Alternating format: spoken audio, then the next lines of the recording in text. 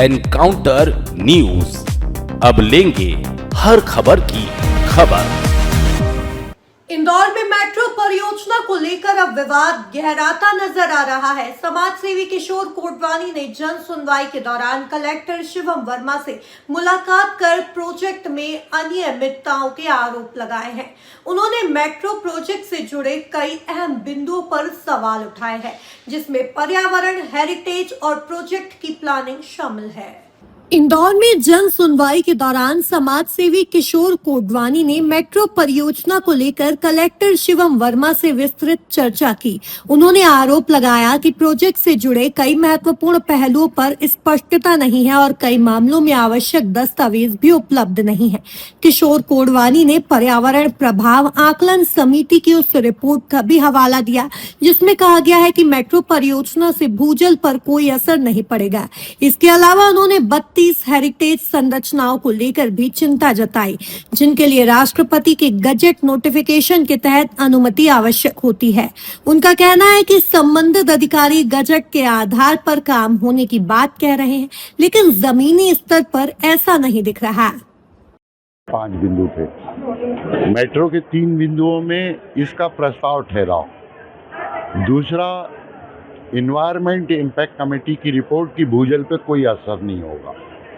तीसरा ये था उसमें कि जो हेरिटेज आ रहा है 32, उसकी अनुमति वो राष्ट्रपति गजट नोटिफिकेशन करता है। इनका केवल मेट्रो का कहना ये था कि केंद्र सरकार ने इसका गजट नोटिफिकेशन किया।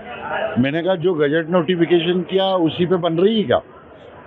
आप पहले कुछ हिस्सा ऊपर ले रहे थे, कुछ जमीन के अंदर ले रहे थे। आपका आज तक भी डिसाइड नहीं है कि कहाँ से कहाँ तक अंदर होगा और कहाँ से कहाँ तक ऊपर होगा। सेकंड फेज की बात कर रहा हूँ, जो बन गया उसकी बात नहीं। और जब नीचे आप हेरिटेज आ रहे हैं तो बोले ये साहब 2-3 की परमिशन है। मैंने कहा आप झूठ बोल रहे हो, परमिशन नहीं है। अभिमत है उनका कि इन नियमों का पालन करते हुए बनाते हो तो हमें आपत्ति नहीं है। आपने उनको आज तक लिस्ट दी है कि हमारा ये नक्शा है और ये हेरिटेज आ रहा है, इसकी आप हमें अनुमति दो। 7 साल का जेल, 2 लाख जुर्माना है उसमें, और उसका गजट नोटिफिकेशन केवल राष्ट्रपति करता है।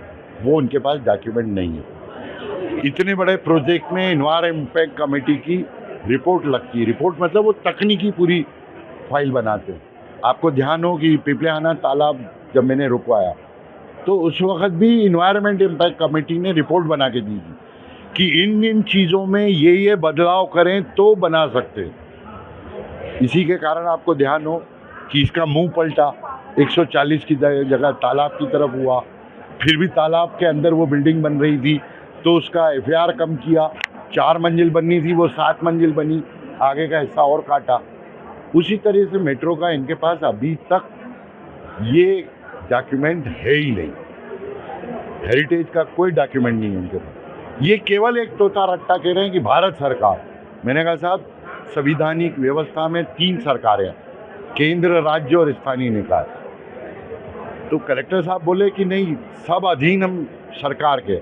मैंने कहा साहब, मध्य प्रदेश और राजस्थान का पानी विवाद होता है तो केंद्र दखल डालता है, दादागिरी करता है क्या? ट्रिब्यूनल बनाता है। ये मेरे नगर निगम सीमा और जिले की जो सीमा है उसका निर्णय लेने का अधिकार केवल जिला योजना समिति को है। और जिला योजना समिति की 2000 से आज दिन तक न गठन हुआ है न मीटिंग हुई है। तो भाई साहब, मेरे घर कैसे खुल गए ये मेट्रो वाले? ये 3 बिंदु थे जो मेट्रो से संबंधित। इसके साथ ही उन्होंने शहर की बिगड़ती यातायात व्यवस्था और पानी की समस्या को भी कलेक्टर के सामने उठाया। ट्रैफिक को लेकर उन्होंने सुझाव दिया कि सड़क की चौड़ाई के अनुसार ही वाहनों का संचालन होना चाहिए। छोटी सड़क पर छोटे वाहन और चौड़ी सड़क पर बड़े वाहन। उनका मानना है कि इस तरह की व्यवस्था लागू होने से शहर की ट्रैफिक समस्या काफी हद तक सुधर सकती है। फिलहाल इस मामले में प्रशासन क्या कदम उठाता है, इस पर सभी की नजरें बनी हुई है। इंदौर से एनकाउंटर न्यूज की रिपोर्ट। शेष जो 5 बिंदु थे, बिगड़ता इंदौर की आबोहवा, भूजल और अविनाशी विकास, मर्जी का दर्जी प्रशासन और जामनगर, उन पर उन्होंने कहा कि कोटवानी जी इन बिंदुओं पर एक एक करके सब्जेक्ट पे संबंधित डिपार्टमेंट को बिठा के मैंने उनको उदाहरण भी दिए। उनने कहा कड़वानी जी आपने लिखा दर्जी का मर्जी। मैंने कहा सर 2 रोड है मेरे शहर के, आप बताओ नाम। उन्होंने कहा जवाहर मार्ग और एमजी रोड। मैंने कहा साहब पश्चिम क्षेत्र से पूर्व की तरफ आपने दोनों एक जैसे बनवे कर दिए, इससे बड़ा मर्जी का दर्जी और क्या होता है। मतलब आप पूर्व से पश्चिम की तरफ आना चाहो तो कोई रोड ही नहीं है आपके पास, एक को एक तरफ करो, एक को दूसरी तरफ क्रॉस करो। मैंने कहा चल रहा है। मैंने कहा जवाहर मार्ग 55 फुट है, 8-8 फुट के फुटपाथ है, आपकी 12 फुट की बस आ जाती है उसमें, एक 2 व्हीलर आप ओवरटेक नहीं कर सकते।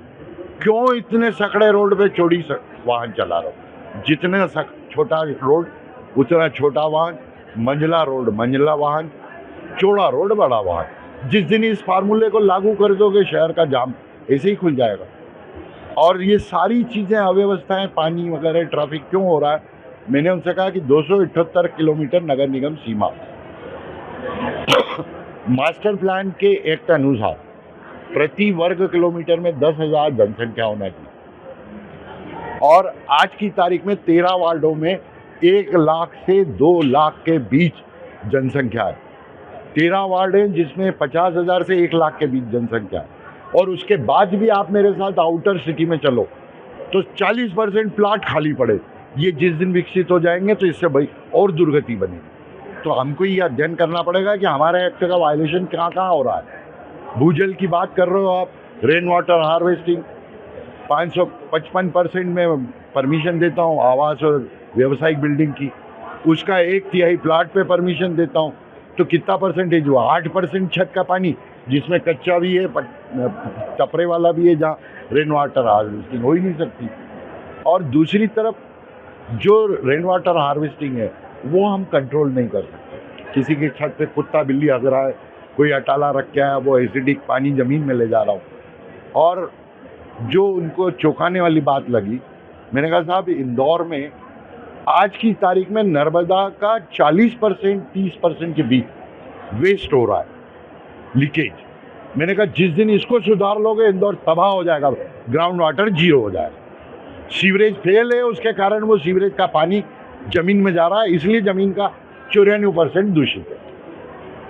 सुधार करने जाएंगे तो आफत गले आ जाएगी। इसलिए मैं आज तक नहीं बोला था, आज आपके सामने पहली बार ये बात रखी है। मैंने कभी भी इस इशू को ओपन नहीं किया, क्योंकि मुझे दिख रहा है कि सही को करने जाएं और कहते हैं ना कि ईद मनाने गए रोजे गले पड़ गए, इसलिए उस पर चुप बैठा था। आज आपके सामने पहली बार कह रहा हूँ कि इस तरह हम गलतियाँ कर रहे हैं, इसलिए मैंने लिखा मर्जी का दर्जी।